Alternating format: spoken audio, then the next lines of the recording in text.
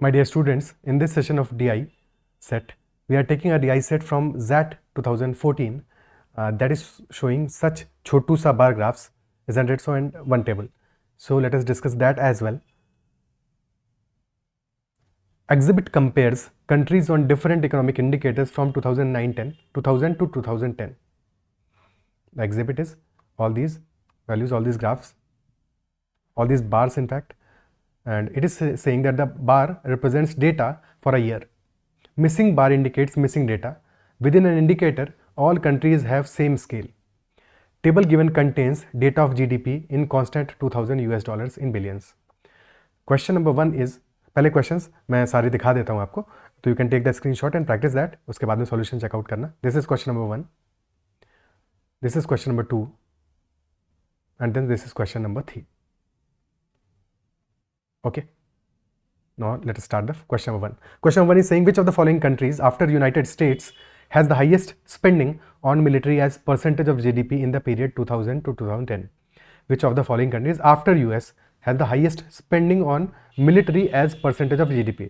अभी जो वैल्यूज है हमारी, जो बार में रिप्रेजेंट एग्जिबिट में, सारी वैल्यूज हमें जो दी हैं जीडीपी के बाद की, all these values, services values are added as percentage of GDP.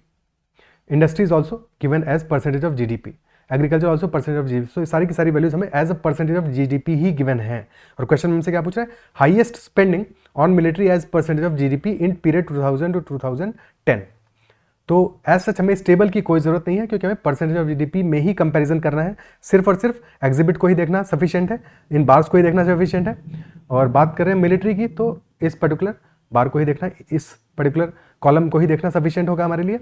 किसके लिए मैक्सिमम है? यूनाइटेड स्टेट्स के बाद. यूनाइटेड स्टेट्स में तो मैक्सिमम आ ही रहा है, दिख ही रहा है. इसके बाद में किसके लिए मैक्सिमम है?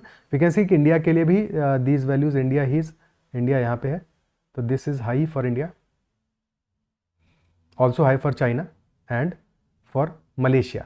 बट हाईएस्ट इंडिया के लिए आ रहा है सारे के सारे बार्स कंसिस्टेंटली सबसे ज़्यादा इंडिया के लिए आ रहे हैं, और किसी भी कंट्री के लिए इतना हाई नहीं है. So definitely option C, India will be the answer. Is it clear? Very easy question. बस देखना है, देख के और कुछ ज़्यादा इस कर भी नहीं सकते, दिख भी नहीं रहा इतना ज़्यादा वैल्यूज़, ठीक है. बट देख के क्लियरली विजिबल है कि ज़्यादा डेंस और ज़्यादा ब्लैक लाइन्स हमारी जो है वो कहाँ पे दिख रही है? इंडिया में दिख रही है. ज़्यादा हाइट उनकी ही है, जहाँ पे ज़्यादा हाइट है वही हमारा अपना आंसर होगा. तो definitely answer will be option C, India. Next question. बस समझने की देरी है कि एग्जैक्टली हो क्या रहा है इस यहाँ पे, हमें कैसे रीड करना है इसको, दैट इज ऑल. अगर एक बार रीड करना सीख गए इस तरह से अपन ग्राफ को, तो फिर उसके बाद में क्वेश्चन ईजी हो जाते हैं हमारे लिए. क्वेश्चन नंबर 2 कह रहा है which country and which year has witnessed maximum year to year decline in industry as percentage of GDP. Which country in which year has witnessed maximum year to year decline, यानी कि एक साल से दूसरे साल में जो डिक्लाइन आया है, that is maximum for which country in which year in industry as percentage of GDP, यानी कि इन दिस कॉलम. तो इस कॉलम में ही हमें ऑब्जर्व करना है वैल्यूज में जहां पे डिक्लाइन हमारा मैक्सिमम आया हो. ऑप्शन ए है यूनाइटेड स्टेट्स में 2002 2003. तो स्टार्ट हुआ है 2000 से, 2000 2001, तो थर्ड वाला बार जो है ऐसा यहाँ पे कोई खास डिक्रीज आया भी नहीं है, विजिबल भी नहीं है कि नहीं? कोई भी खास डिक्रीज नहीं लग रहा है यहाँ पे. So not much decrease here. Option B Brazil in 2006-7. Brazil है अपना 2001 2 3 4 5 6 से 7 में वेरी मार्जिनल डिक्रीज. यहाँ पे डिक्रीज आया तो है, बट बहुत ही मार्जिनल डिक्रीज है. Next India in 2009-10. So this is decrease, यहाँ पे डिक्रीज है तो क्लियरली डिक्रीज है, डिक्रीज तो आ रहा है. फिर है मलेशिया इन 2008-9. सो मलेशिया में ये clearly this there is very high decrease. यहाँ पे सबसे ज़्यादा डिक्रीज आ रहा है अभी तक as compare to other values. If you can observe, देखो ना यहाँ पे डिक्रीज कितना ज़्यादा है. ये लाइन यहाँ पे है और ये this is the gap, this is the gap. और इंडिया वाले केस में this is the gap, not high. So definitely Malaysia वाला इज मच हाइयर. अभी तक तो मलेशिया वाला ही मैक्सिमम है डिक्रीज. और फिर China in 2008-9, China in 2008-9. So very marginal decrease is there. Option D is the answer. Malaysia in 2008-9 will be our answer, because there the decrease is much lower, much higher as compare to others. तो maximum year to year decline is for Malaysia in 2008-9. Is it clear? ठीक है, directly option सही हमने check कर लिया, क्योंकि otherwise देखने में थोड़ी ज़्यादा प्रॉब्लम आती, ज़्यादा वैल्यूज़ को कंपेयर करना पड़ता, और ऑप्शन सारे गिवन थे. नन ऑफ दीज कहीं पे ऑप्शन था नहीं, तो डेफिनेटली ऑप्शन से this question is much easier. Next one. Which of the following countries has shown maximum increase in the services value added as percentage of GDP from the year 2000 to 2010?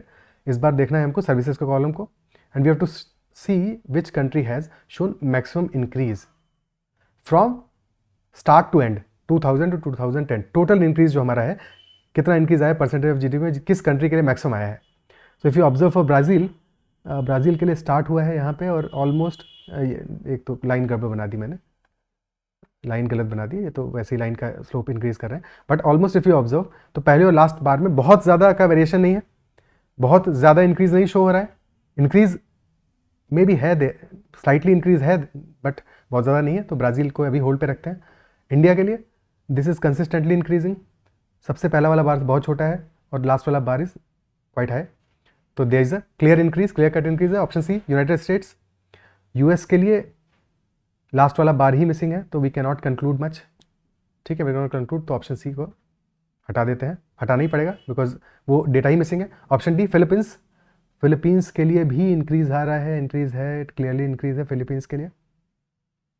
ये थोड़ा सा confusing है ये वाला मामला, क्योंकि यहाँ पे एग्जैक्टली हम कंपेयर नहीं कर सकते इंडिया का और फिलीपींस का इंक्रीज। फिर है ऑप्शन ई भी है, नन ऑफ दीज भी है। डेफिनेटली और कोई कंट्री तो ऐसी नहीं है, चाइना के लिए इतना कोई हाई वैल्यू नहीं आ रहा है, मलेशिया के लिए भी लास्ट वाला बार और फर्स्ट वाला बार बहुत ज़्यादा नहीं कंक्लूड कर सकते हैं, थाईलैंड में तो डिक्रीज कर रहा है, वियतनाम में भी नहीं होने वाला है। तो हमारा जो आंसर फंस रहा है वो फंस रहा है इंडिया और फिलीपींस के बीच में, इंडिया और फिलीपींस के बीच में। इंडिया के लिए डिक्रीज तो क्लियर है, ब्राज़ील से ज़्यादा है क्योंकि ब्राज़ील में लास्ट वाला बार छोटा है, तो इंडिया और फिलीपींस में हमें किसी एक को देखना पड़ेगा। एक बार फिर से कोशिश करते हैं, जितना देख पाएंगे भाई आंखों से उतना ही देख पाएंगे, यहाँ पे एग्जैक्ट वैल्यूज तो कहीं पे गिवन नहीं है। So for India this is the scenario, clear increase है, और फॉर फिलीपींस इंडिया के लिए थोड़ा सा ज़्यादा लग रहा है, but we can not say for sure, option B should be the answer, ठीक है। तो इसमें जो लास्ट वाला क्वेश्चन था ये थोड़ा सा फंसाने वाला था, फंसाने वाला इन द सेंस कि इसमें क्लियर विजिबिलिटी नहीं है कि इंडिया के लिए ज़्यादा होगा या फिर फिलीपींस के लिए ज़्यादा होगा, but as far as I can see India should be the answer. Is it clear? So इतने ही क्वेश्चन हैं इस सेट में। अगर सेट पसंद आया है तो सेशन को लाइक जरूर करना है। अगर किसी क्वेश्चन में डाउट रह गया तो you can always ask, and if you have not followed yet तो फॉलो कर लो, सब्सक्राइब कर लो, देर किस बात की। That's all for this session, bye bye, take care.